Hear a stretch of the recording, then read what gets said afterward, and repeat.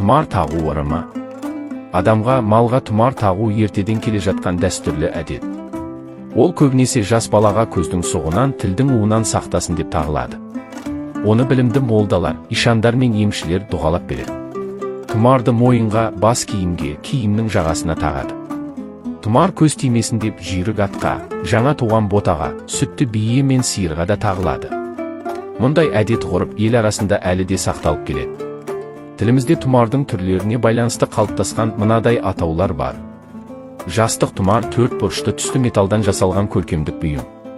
Қиық тұмар сәндікке мойынға тағылатын жалтырауық заттардан істелген тұмар. Лағыл тұмар лағыл таспен безелген тұмар. Сіргелі қолтық тұмар бетіне сіркелеп өрнек салынған тұмар. Алтын тұмар күміс бетіне алтын жалатқан, алтынмен әшекейленген тұмар. Тұмарша асыл тасты күмістен жасалған, мойынға тағылатын әшекей. Тіллә тұмар алтынмен апталған тұмардың бір түрі.